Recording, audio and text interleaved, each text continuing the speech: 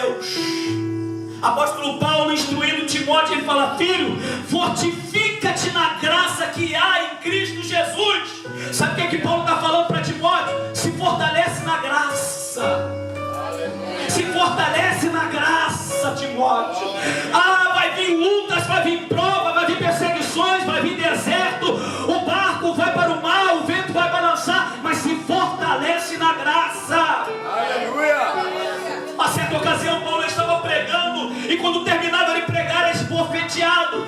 Paulo voltava para pregar no outro dia, acabava o culto, era esbofeteado, e a Bíblia diz que por 3 vezes Paulo orou ao Senhor, e a resposta divina foi: Paulo, a minha graça te basta, porque o meu poder se aperfeiçoa na tua fraqueza. Verdade. Aí Paulo: opa, peraí, então eu vou me gloriar nas fraquezas, porque quando estou fraco, então eu sou forte. E Paulo diz: eu me gloriarei nas minhas fraquezas, para que em mim habite o poder de Deus. Graça é poder. Sinta a graça do Senhor na noite desse dia. Graça é presença. Glória a Deus. Nós usamos muito a palavra Shekinah para falar glória. Shekinah, a maior tradução, mais perfeita, é presença. Mas por que falamos que Shekinah é glória? Porque quando a presença dele chega, não tem como se conter. É glória para todo lado. A glória entra no ambiente, entra no teu coração, invade o nosso ser, e de repente você vê línguas estranhas, profecia. Porque na época do Salomão, quando o Salomão acabou de orar, a Bíblia diz que a Shekinah de Deus apareceu. O que era? A presença dele. E de repente os sacerdotes não continham em pé, não ficavam em pé, começavam a cair, e a glória, o séquito, a presença do Senhor tomou aquela casa. Eu quero te dizer que a graça do Senhor está em nosso meio hoje. Glória a Deus. Aleluia. Aleluia. Jesus fala no capítulo 2 para a igreja em Éfeso: ele é o dom da graça. Porque pela graça sois salvos por meio da fé. Isso não vem de vós, dom de Deus. Quando fala dom, está falando de Jesus, está falando da cruz. Aí, irmão Jorge, você não sabe a luta que eu passo, a prova que eu passo dentro da minha casa. Ei, olha para a cruz. Você não sabe o vento que eu passo. Olha, quando eu saí daqui, olha, irmão, eu estava passando um processo psicológico, pressão na minha cabeça tão grande, tão grande, tão grande, que eu fiquei 2 noites sem dormir. Pouco tempo atrás, tem cerca de 15 dias, mas de repente eu comecei a orar, e o Espírito Santo soprou uma brisa no meu coração, e eu senti que era para eu descansar. E o que eu entendo é que a graça me alcançou no meio das lutas. Minha esposa sabe do que eu estou falando. Um processo, uma pressão psicológica, e eu chegava em casa, minha mente não conseguia desligar, até o ponto que eu dobrei meu joelho e orei ao Senhor, e de repente a graça me alcançou.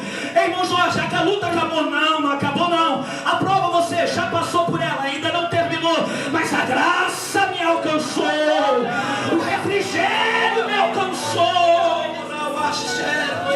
Meu Deus. A graça, irmãos, é poder de Deus. Não tem nem como explicar.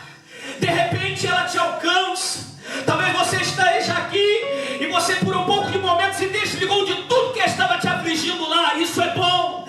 Mas o ser humano é composto de emoções, e de repente a tua mente ela começa a trazer um flash daquilo que tu está passando, uma prova, uma luta. Aí você parece que vai ficar desanimado. Parece que o diabo arrasta uma cadeira, senta do teu lado e fala no teu ouvido: tu não vai conseguir. Vai acabar esse acampamento, vai acabar essa reunião, e vai voltar a mesma coisa. E o Espírito Santo está falando dentro de você: não vai não, você vai vencer, porque a graça vai te alcançar, porque o refrigério vai chegar. Apóstolo Paulo está falando sobre a graça. Eu fui entender que a graça, nós temos que temer muito a graça. Romanos no capítulo 6, que diremos pois? Pecaremos por causa da graça? De maneira nenhuma. Porque muitas das vezes nós confundimos a graça com permissão para fazer aquilo que Deus não se agrada. Eu quero te mostrar que a graça é para nos colocar temor temor e tremor dentro do nosso coração. A Bíblia nos diz que na época de Moisés era olho por olho, dente por dente. Matou, tinha que morrer. Jesus falou assim: aquele que aborrece seu irmão sem causa é digno da condenação do inferno. A Bíblia nos diz que no tempo de Moisés, pela lei mosaica, aquele que era acometido do adultério, pego no ato de adultério, tinha que ser apedrejado até a morte. Aí Jesus fala assim: olha, aquele que olhar para uma mulher para cobiçar em seu coração, já cometeu adultério contra ela. A coisa é séria, irmão. A graça é um poder que nos renova, que nos restaura de dentro para fora. E nós não podemos deixar essa graça passar, irmãos. Nós não podemos deixar essa dádiva, essa permissão, este amor, este carinho de Deus passar, porque nós temos que ter temor e tremor, porque a graça é um dom. Que dom é esse? É Jesus. Glória a Deus. Apóstolo Paulo várias vezes falou assim: olha, não crucifiqueis Cristo novamente. Por que crucificar Cristo novamente? Porque nós pegamos o nosso corpo, que é o templo do Espírito Santo, e começamos a fazer do nosso corpo, que é o templo do Espírito Santo, algo que é profano fazer. E Paulo diz: a minha graça, Deus fala, minha graça te basta, Paulo. A tua graça, a graça de Deus nos aperfeiçoa nas nossas fraquezas. É no momento que você se sente mais fraco, mais abatido, mais desanimado, é quando você sente a presença dele, não é verdade? Quando você está tão oprimido, tão angustiado, coração apertado, de repente você dobra o teu joelho para orar, você não sabe o que aconteceu, as lágrimas descem, o refrigério chega, é porque a graça de Jesus nos alcançou. Fortalecei-vos no Senhor e na força de seu poder. Fortalecer na graça é fortalecer na presença do Senhor. Salmo 91 diz assim: aquele que habita no esconderijo do Altíssimo, a sombra do Onipotente descansará. Quando nós estamos debaixo da graça, nós estamos debaixo das asas do Onipotente. O Onipotente é todo o poder. Ele tem todo o poder na sua vida, tem todo o poder na sua vida, ele tem todo o poder na vida da igreja. Ele é soberano, descansa debaixo das asas do Onipotente Deus. No capítulo 3 ele manifesta Jesus, ele mostra Jesus para a igreja de Éfeso, e ele fala que nós somos co-herdeiros das promessas. É tremendo isso. Olha o que está escrito no capítulo 3, no versículo 6. A saber que os gentios são co-herdeiros do mesmo corpo, participantes da promessa de Cristo pelo Evangelho. Sabe o que o apóstolo Paulo está falando para a igreja? Se desperta. Vocês são co-herdeiros com Cristo, co-herdeiros das promessas. Quantos aqui tem promessas de Deus? Glória a Deus, amém. Só que quando as lutas, as dificuldades vêm, nós esquecemos um pouco daquilo que Deus nos prometeu lá atrás.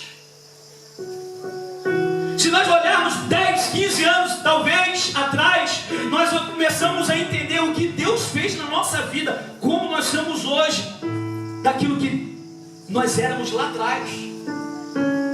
O apóstolo Paulo fala para a igreja: olha, vocês são co-herdeiros das promessas. Sabe o que é isso?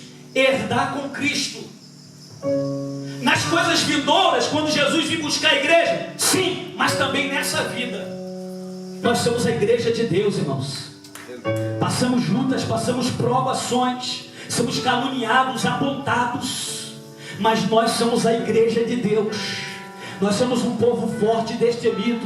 Nós somos co-herdeiro da promessa do Senhor. Quando Deus faz promessas, Ele cumpre com as suas promessas.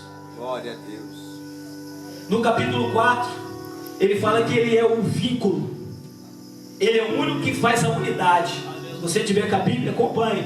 Efésios capítulo 4, versículo 2.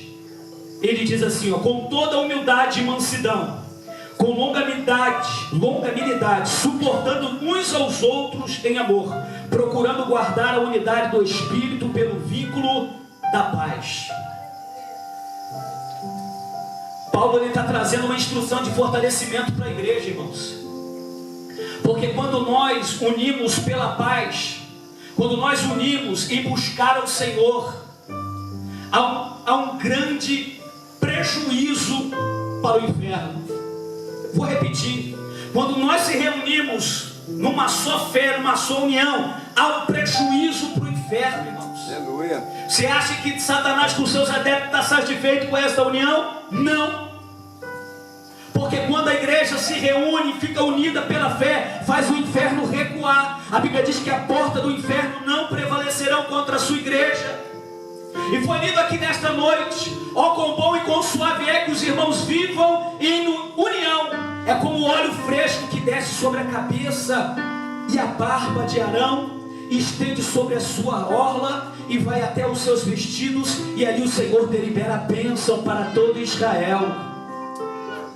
Sabe o que eu entendo com isso? Quando nós unimos, começamos a orar, Deus ele começa a responder a oração. Deus começa a manifestar o seu poder. Irmão, quando eu passei pelo processo, todo irmão eu falo assim: irmão, ora por mim. Eu não começo a contar o problema, não. Eu não começo a chumigar o problema, não. Eu falo assim: ora, entrega a minha causa na mão do Senhor. Sabe que isso? A igreja começa a se reunir em oração, e o inferno começa a perder a sua força. Aleluia. Até o término deste trabalho, deste evento aqui dentro desse sítio, você pode ser impactado pelo poder de Deus. Por quê? Porque você não está sozinho. Você tem pessoas que estão junto contigo em oração.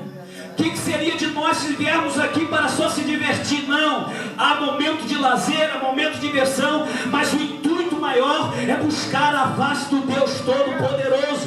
Porque quando nós buscamos a Deus, nós encontramos. Pois a Bíblia diz: buscar-me-eis e me achareis, quando me buscardes de todo o vosso coração. Glória a Deus. A desunião tem manchado a igreja, irmãos.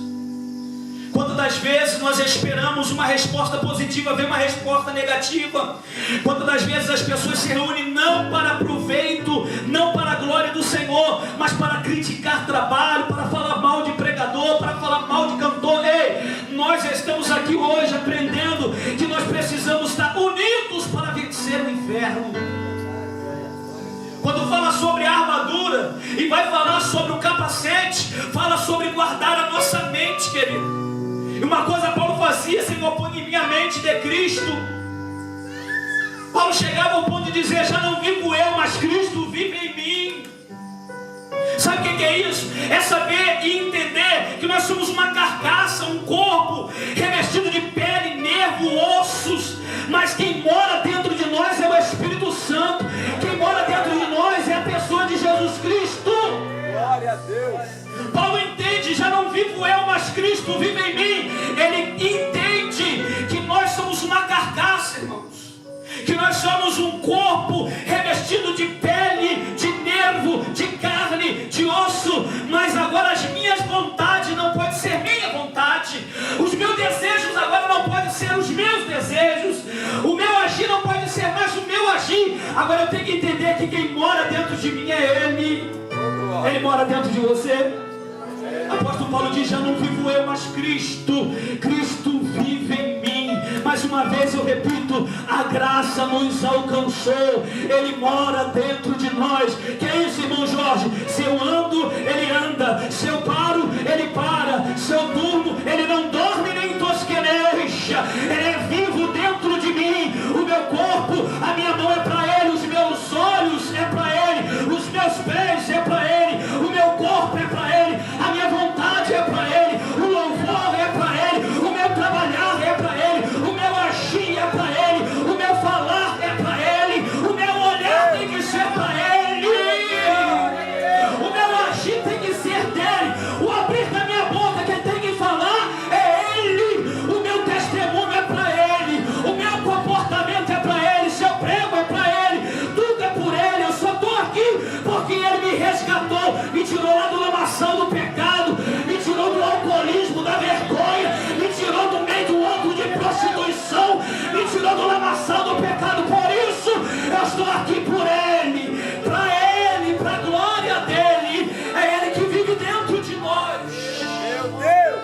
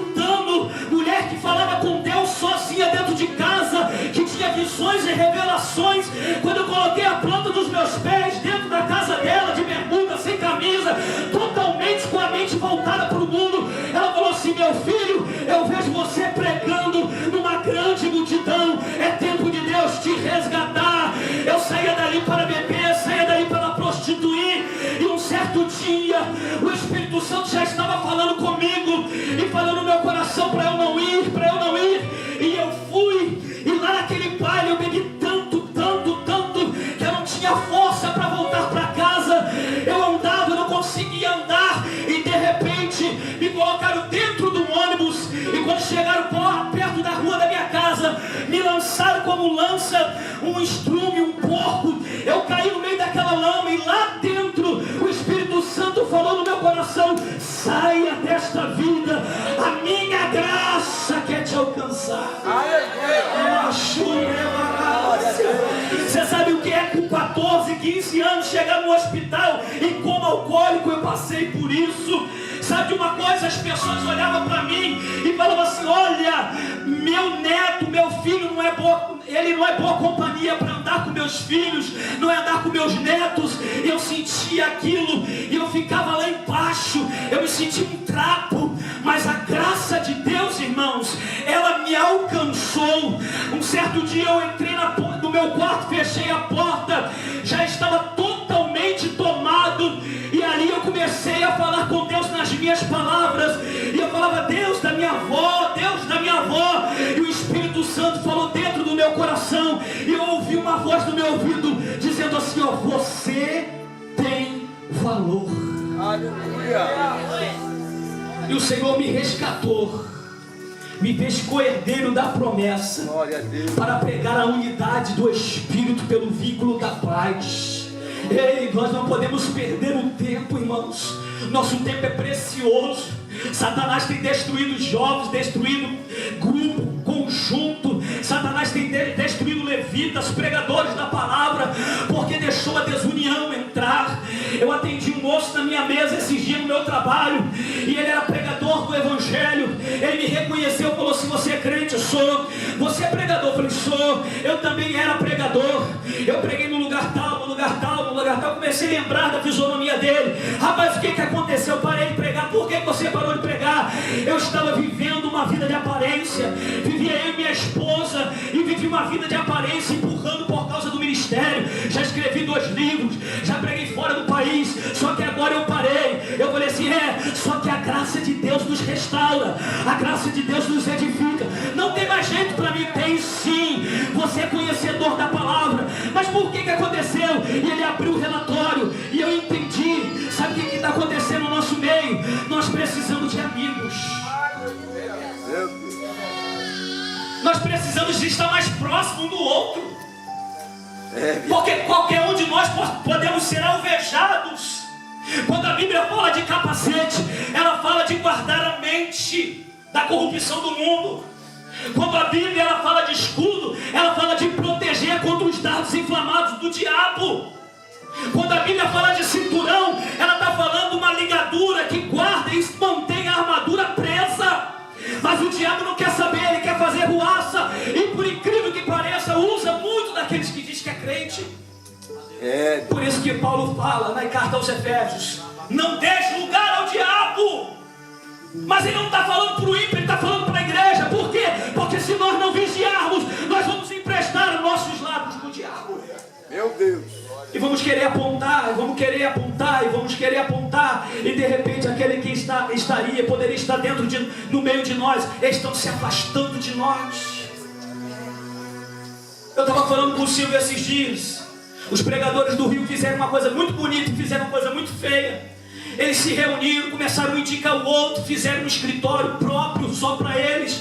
Quando um não podia pregar, ligava para o outro vai. Só que essa desunião, essa união chegou ao fim. E o mais infeliz de todos colocou lá no Facebook e expôs a igreja. Quando você coloca alguma coisa que é particular seu, você está expondo você mesmo.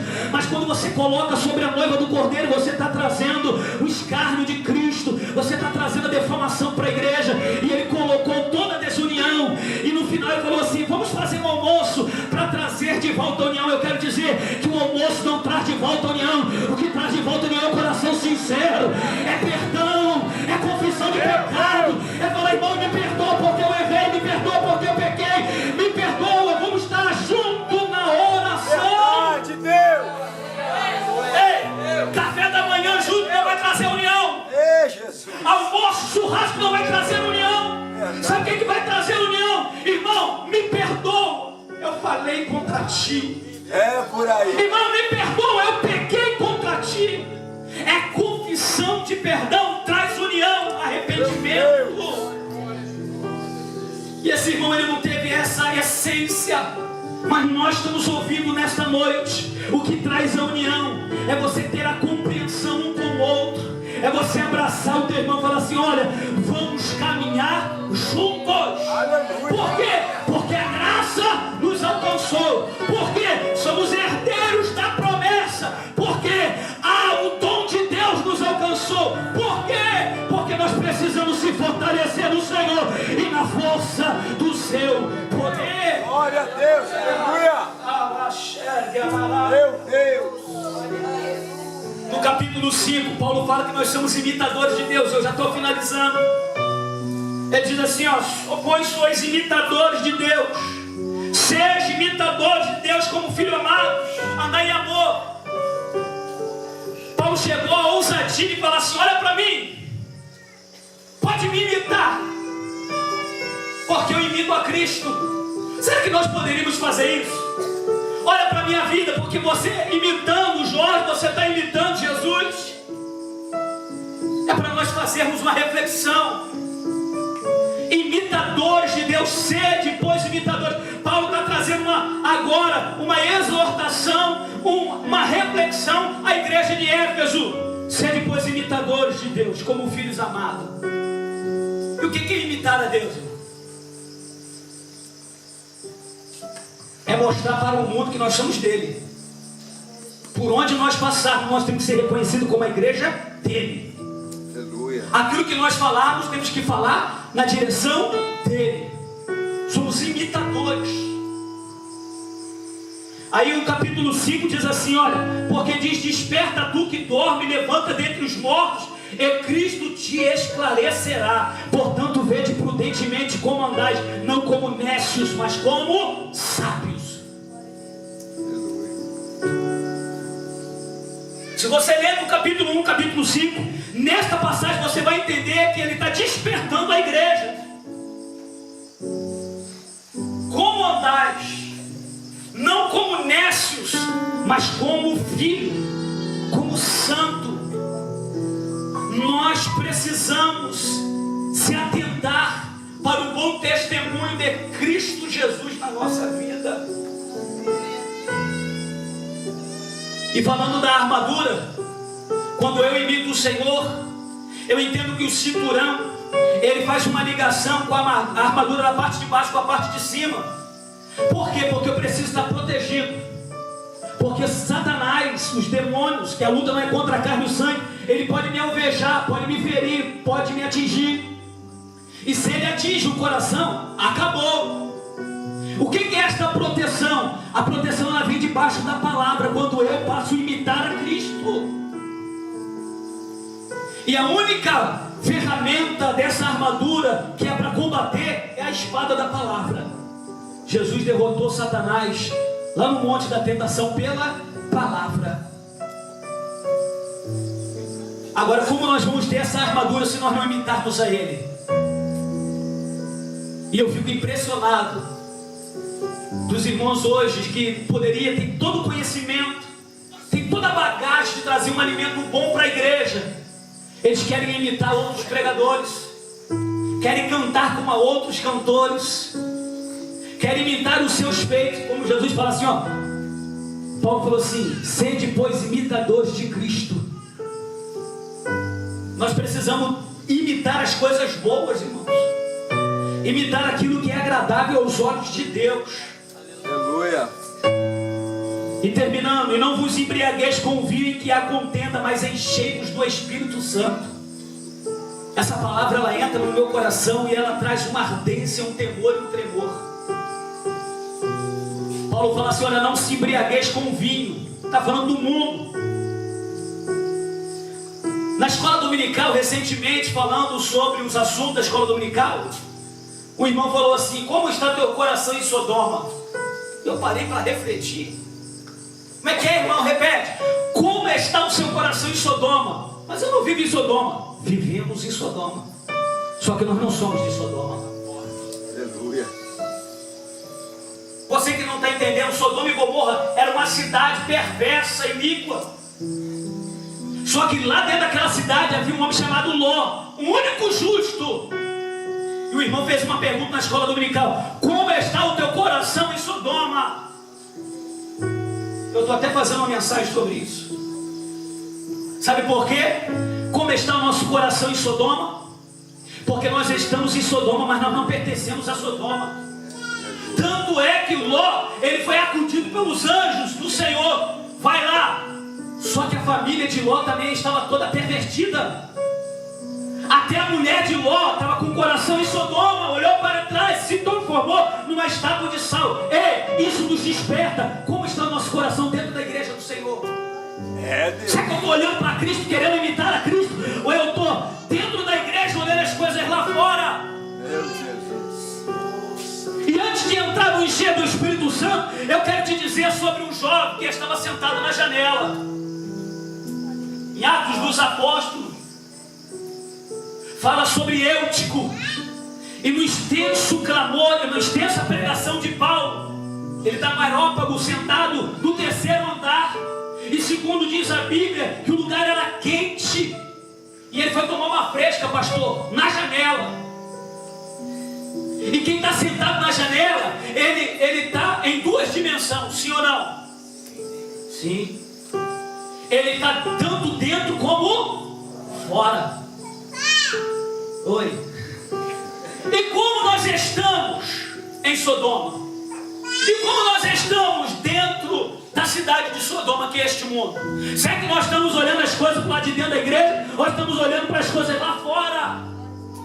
Meu Deus. Porque Eutico estava sentado na janela. Quem está sentado na janela, ele tem duas visões: a de dentro e a de fora. Quando ele olha para dentro, ele vê Paulo pregando, expulsando demônio, enfermo sendo curado. O sermão de Paulo foi tão extensivo que já chegava à meia-noite. Só que quando Eutico olhava para fora, ele via o mundo, via a vaidade, via as baladas, via os convites dos amigos que falavam assim: ei, para que igreja? Vamos tomar uma cerveja. Eutico, desce daí, rapaz. Vamos para a balada, vamos para o mundo. Porque ele estava na janela. Quantos crentes estão na janela, irmãos? Meu Deus. Eu estou falando que essa palavra é despertamento. Talvez você esperou o irmão Jorge pregar um outro tipo de sermão, mas Deus está desde o começo me conduzindo para uma palavra de despertamento. A intenção de Paulo era alimentar a igreja. E Eutico tinha duas visões, de dentro e de fora. Sabe o que o diabo faz? Ele tenta colocar isso na vida da igreja. Olhar o cenário do mundo e comparar o cenário do mundo com o cenário da igreja. Não faça isso. Nós estamos em Sodoma, mas não somos de Sodoma. Meu Deus. E a Bíblia diz que Eutico estava carregado de sono, profundo sono. E eu vou te falar como é que fica quem está com sono. Ó, ele balança. Uma pessoa que está com sono, ela perde totalmente o domínio. Sim ou não? Muito sono. Quando a pessoa está com sono, ela perde o equilíbrio. Ela não consegue se equilibrar. Sabe o que o diabo está colocando? Cansaço, desânimo. As pessoas começam a olhar para as coisas do mundo e esquecem das maravilhas de Deus. E eu está lá, ó, pesando os seus olhos. Uma pessoa com sono, ela não tem 100% da sua visão. Satanás está tentando tirar a visão da igreja. E a Bíblia diz: enchei-vos do Espírito Santo, não vos embriagueis com o vinho. O vinho na Bíblia fala de alegria, mas o vinho que Paulo está falando é o vinho do mundo, que traz contenda, que traz divisão. Mas enchei-vos do Espírito Santo. A palavra enchei-vos, ela está no imperativo passivo presente e conota a ideia de ser cheio repetidas vezes. Sabe o que é isso? Paulo está falando: enchei-vos do Espírito. Irmão, eu estou cheio hoje, continue cheio. Eu fui cheio pela manhã, Jesus quer te encher mais à tarde. Eu fui cheio de manhã e à tarde, Jesus quer te encher à noite. Eu fui cheio de manhã, à tarde e à noite, Jesus quer te encher de madrugada. Eu quero ser cheio como? Enchendo do Espírito Santo e do poder de Deus.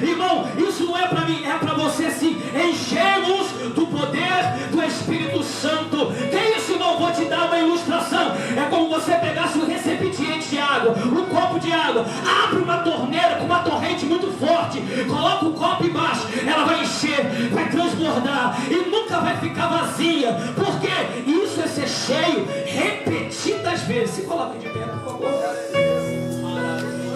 Alguém colocou lá? Cadê o Ministério do Louvor? Glória a Deus. Tá Gessiane. Cadê as irmãs? Vamos lá, ajuda aí. Eu gostaria que você prestasse atenção neste momento. Eu vou trazer para você. Eu quero concluir esse recado de Deus para você. Deus nos trouxe aqui para nos alimentar através da sua palavra. O que o irmão Jorge pregou aqui hoje não falou nada de mim mesmo. Eu falei da palavra do Senhor. Amém. Nós só falamos de versículos que está na Bíblia. Falamos de uma mensagem bibliocêntrica. Nós falamos daquilo que está dentro da Bíblia. Eu quero que você fique muito atento nesse momento, hein? Lembra da oração do começo, para ninguém tirar nossa atenção. Presta atenção, só mais um pouquinho, nós já estamos terminando. A Bíblia diz: não se embriagueis com vinho em que há contenda, mas enchei-vos do Espírito Santo.